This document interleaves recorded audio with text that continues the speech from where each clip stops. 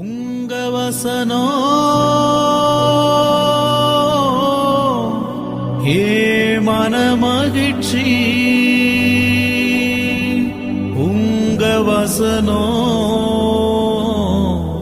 ஏ மனமகிழ்ச்சி. அன்பின் ரட்சகராம் இயேசு கிறிஸ்துவின் இனிதான நாமத்தினாலே உங்கள் யாவருக்கும் என்னுடைய அன்பின் ஸ்தோத்திரத்தை இந்த காலை பொழுதிலே நான் உங்களுக்கு தெரியப்படுத்துகிறேன். பேதுருக்கு எழுதின 2ஆம் நிருபம் 3ஆம் அதிகாரம் 3வது வசனத்தில் இவ்வாறாக வாசிக்கிறோம். நீங்கள் அறிய வேண்டியது என்னவெனில், கடைசி நாட்களில் பரியாசக்காரர் வந்து தங்கள் சுய இச்சைகளின்படியே நடந்து என்று சொல்லி நாம் பார்க்கிறோம். எனக்கு அன்பான தேவனுடைய பிள்ளைகளை, பரிசுத்த வேதாகமத்திலே நாம் பார்க்கிறோம், துன்மார்க்கருடைய ஆலோசனையில் நடவாமலும், பாவிகளுடைய வழியில் நில்லாமலும், பரியாசக்காரர் உட்காரும் இடத்தில் உட்காரமலும், கர்த்தருடைய வேதத்தில் பிரியமாக இருந்து இரவும் பகலும் அவருடைய வேதத்தில் தியானமா இருக்கிற மனுஷன் பாக்கியவான். யார் இந்த பரியாசக்காரர்?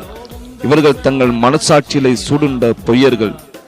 இவர்கள் எப்போதும் எந்நேரமும் நீதியின் வழியிலே நடக்கிறவர்களையும் நடக்க எத்தனிக்கிறவர்களையும் தடுப்பதற்காக பலவிதமான நியாயங்களை கூறிக்கொண்டு திரிபவர்கள். இவர்கள் தங்களை அறியாமலேயே சாத்தானினுடைய ஆளுகைக்காக அவர்கள் உழைக்கிறவர்களாக இருக்கிறார்கள். சாத்தானுடைய கையாட்களாக காணப்படுகிறார்கள். சாத்தான் மிகவும் தந்திரமுள்ளவன்.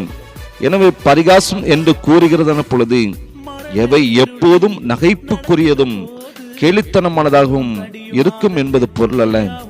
தெளிந்த தண்ணீருக்குள் தெளிந்த விஷம் சேர்க்கப்பட்டது போல பரியாசக்காரரின் உதட்டின் நகைப்புடன் வகைச்சொல், பழிச்சொல், மிகவும் குத்துண்ட வார்த்தைகள் அவனுடைய நாவிலிருந்து புறப்பட்டு வரும். துன்மார்க்குடைய கிரிகைகளாகிய மோகப்போவம், துரு இச்சைகள், மதுபானம் பண்ணுதல், களியாட்டு செய்தல், வெறிக்கொள்ளல், அருவருப்பான விக்கிரகாராதனை செய்தல் போன்ற மாயக்குள் அவர்களோட கூட விழாமல் நாம் இருப்பதனாலே இவர்கள் இப்படி ஆச்சரியப்பட்டு நம்மை தூஷிப்பார்கள். இவருடைய வார்த்தைகள் இந்த உலகத்தில் உள்ளவர்கள் பலருக்கு யதார்த்தமாக தோன்றும்.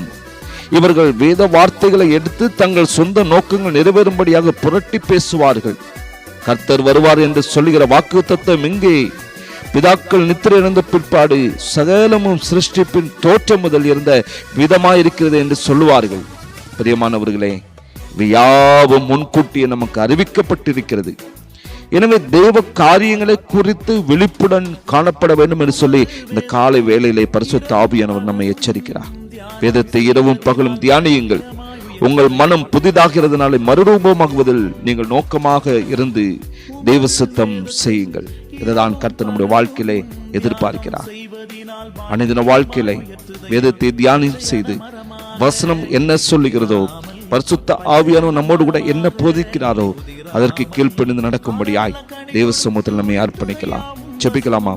பரிசுத்தமுள்ள எங்கள் அன்பின் நல்ல பிதாவே, இந்த நல்ல காலை வேளைக்காக நாங்கள் உமக்கு நன்றி செலுத்துகிறோம். உம்மை விட்டு தூரம் செல்லும்படியாய் பேசப்படுகிறதான பரியாசக்காரருக்கு நாங்கள் செவி சாய்க்காமல் உடைய வார்த்தைகளை இரவும் பகலும் தியானம் செய்து அதன்படி நடக்க எங்களுக்கு உதவி செய்வீராக. இரட்சகர் இயேசுவின் நாமத்தில் ஜெபிக்கிறோம் நல்ல பிதாவே, ஆமேன், ஆமேன்.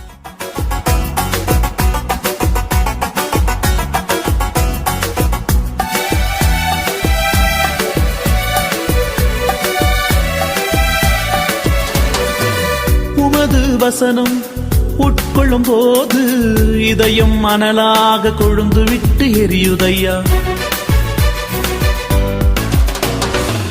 உமது வசனம் உட்கொள்ளும் போது இதயம் மணலாக கொழுந்து விட்டு எரியுதையா. உலர்ந்த எலும்பெல்லாம் உயிர்ப்பித்து எழும்புதையா. உலர்ந்த எலும்பெல்லாம் உயிர்ப்பித்து எழும்புதையா. சேனைய எழும்பி நின்று சத்துருவை துரத்துதையா. சேனைய எழும்பி நின்று சத்துருவை துரத்துதையா. உங்க வசன மன மகிழ்ச்சியா இல்லாம போனா என் துக்கத்திலே அழிந்து போயிருப்பே. பாதைக்கு வெளிச்சமல்லோ பேதைக்கு தீபமல்லோ, பாதைக்கு வெளிச்சமல்லோ பேதைக்கு தீபமல்லோ. உங்க வசன மன மகிழ்ச்சியா இல்லாம போனா என் துக்கத்திலே அழிந்து போயிருப்பே.